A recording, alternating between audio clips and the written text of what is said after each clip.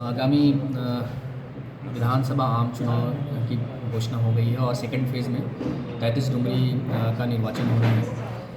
सभी राजनीतिक दल को आज बुलाया गया था, जिसमें कि उनको सारे शेड्यूल के बारे में बताया गया कि कब नॉमिनेशन प्रारंभ होगा, उसकी अंतिम तिथि क्या है, स्क्रूटनी की तिथि क्या है, विड्रॉवल की तिथि क्या है और पोल और काउंटिंग की तिथि क्या है, इसके बारे में जानकारी दी गई। इसके साथ साथ पॉलिटिकल पार्टीज़ को बुलाने का purpose model code of conduct के बारे में विस्तृत जानकारी देना था कि किसी भी राजनीतिक दल के द्वारा जाने अनजाने में मॉडल कोड ऑफ कंडक्ट का वायलेशन ना हो, उसके बारे में डिटेल्स में बताया गया। साथ ही साथ जो रूल्स हैं उसकी कॉपी भी उनको उपलब्ध कराई गई ताकि वो मॉडल कोड ऑफ कंडक्ट का पालन करें और एक लेवल प्लेइंग फील्ड सभी राजनीतिक पार्टियों, सभी कैंडिडेट्स के लिए यहाँ उपलब्ध हो, इसके बारे में चर्चा की गई।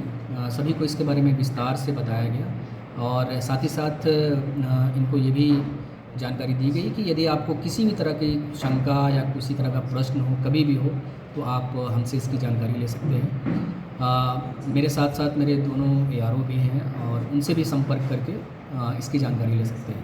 तो बेसिकली मीटिंग बुलाने का पर्पस था कि मॉडल कोड ऑफ कंडक्ट का पालन हो, किसी भी तरह का वायलेशन ना हो और एक अच्छे सौहार्द माहौल में यहाँ पे चुनाव कार्य संपन्न हो, ये इसके लिए डायरेक्शन दिए। सर, नोटिफिकेशन जारी होने तक डुमरी 33 में कितने मतदाता वोट का प्रयोग करेंगे सर?